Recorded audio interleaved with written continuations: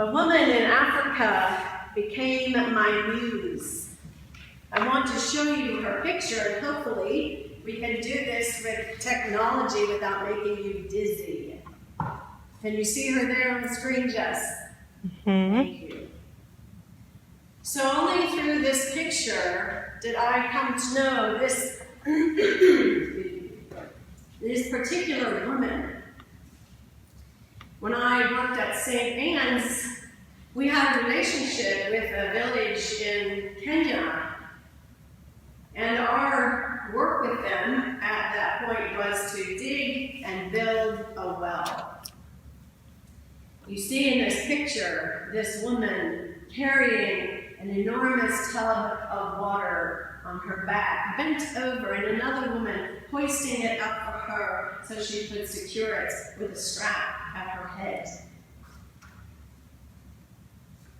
6 years ago, we were at St. Anne's in an interim period of looking for a new rector, and with this icon of the woman in Africa, I began to see myself in her, and she helped me wonder about what it would be like when they had their well.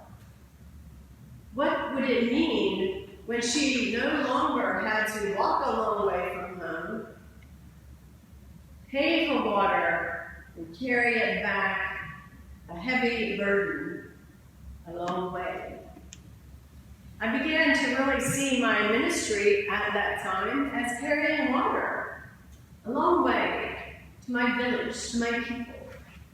And so she allowed me to help to begin to think about what would it be, what will it be like when the new rector came and they had their well, so to speak. So that really started a long and curious thing for me, which was to look for water jars in the stories of Holy Scripture. You know, just as a little light in any story where they show up, a water jar. There's a water jar in one of our stories today. Maybe it's just my Celtic inclinations that make me see the water jar as a sacramental sign of the outward and visible of the truth of what is within.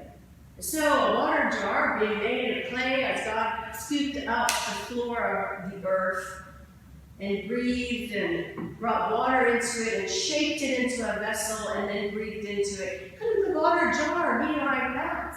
God bringing clay into substance and form, and having that carry God about in the world. A creation, incarnation kind of sign and symbol for me. Or maybe it's because of stories like Elijah, which I frequently mention, when he laid down and wanted to die, and the angel brought a jar of water, said, "Wake up, Elijah." The angel didn't say these words, but the angel said, "Drink deep of God for this long journey. Drink this water." The elements bear God, bring God to us, the earthen vessel and the water in it. Maybe it's a little bit about my love of that story that only John tells. Of all gospel writers, only John tells it in chapter 4. I'm sure you could probably say it by heart. It's the woman at the well, or the Samaritan woman. And Jesus goes there and to her says, "I'm thirsty." So in this water kind of carrying event, Jesus demonstrates his own humanity.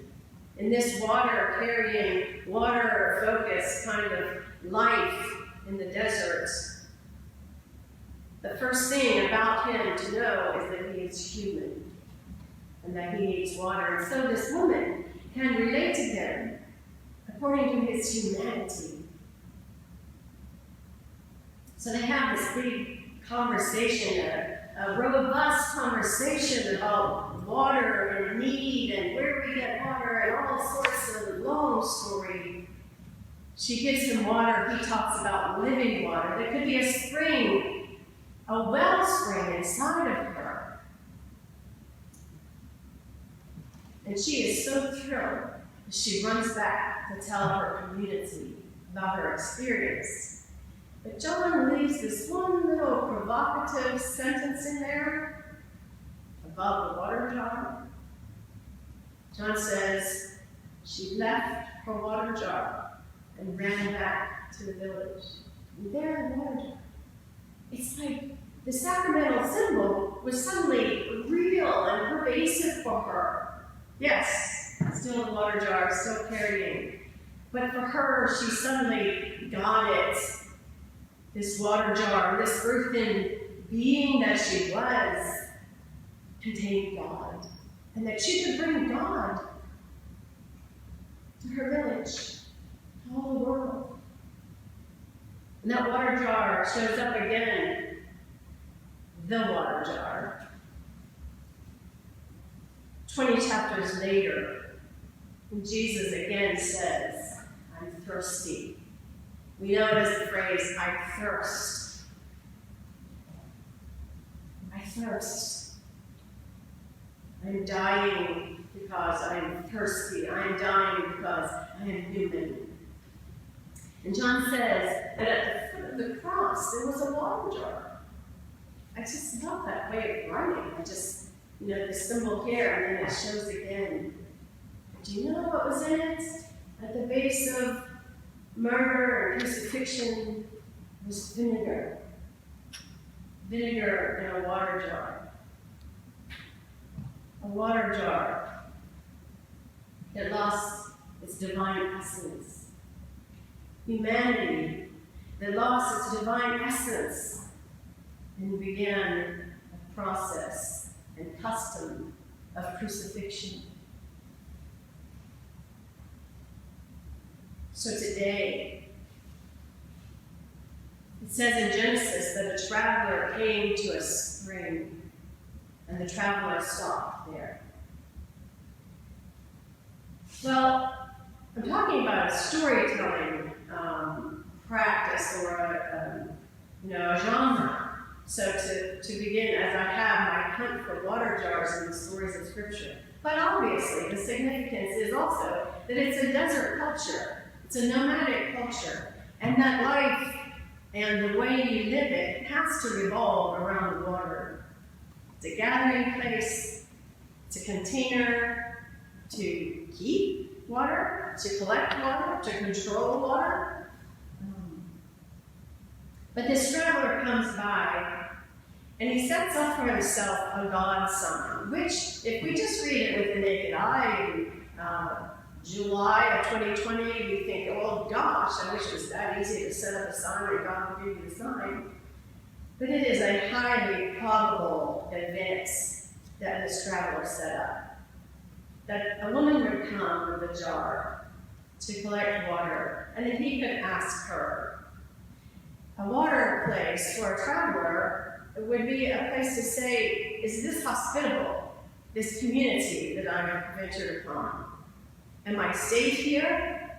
Am I welcome here? Those are all the customs of hospitality in the desert culture.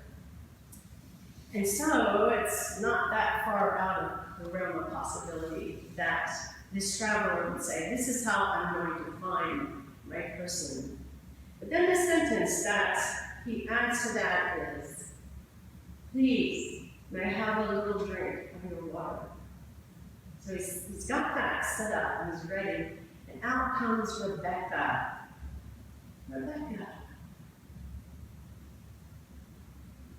Isaac and Rebecca.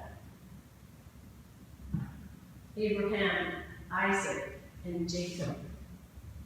Isaac and Rebecca. So here she comes, and this extra little question of, please may I have a little drink of your water? And it says quickly, she brought her water jar off her shoulder and said, drink. Drink deep of this water. And I'll get more of your camels there is a spring over here. There's plenty of God for you. And in that question, in that exchange, all of the things that I talked about with this jar of water and what it means come into play. So this traveler on a search is essentially asking Rebecca, are you full of life? Do you bear God? Will you share God with me? Will you sustain my life? Will you save me from lying down in the dust? So the water jar in this story poses some questions for me as I continue this water jar conversation in biblical stories. And one of those questions is, am I willing to be a God-bearer and carry life for other people? Am I willing, like my muse in Africa, to carry that heavy and substantial weight for anyone who is thirsty? And then a question about how I see myself. It asks me if I see myself, can I see myself as an earth-baked vessel of clay? There's God. That my clay form in and of itself is God-shaped. The animation that keeps me walking around in the world, wearing my mask and coming through the door, all of that I do is animation by God's Spirit.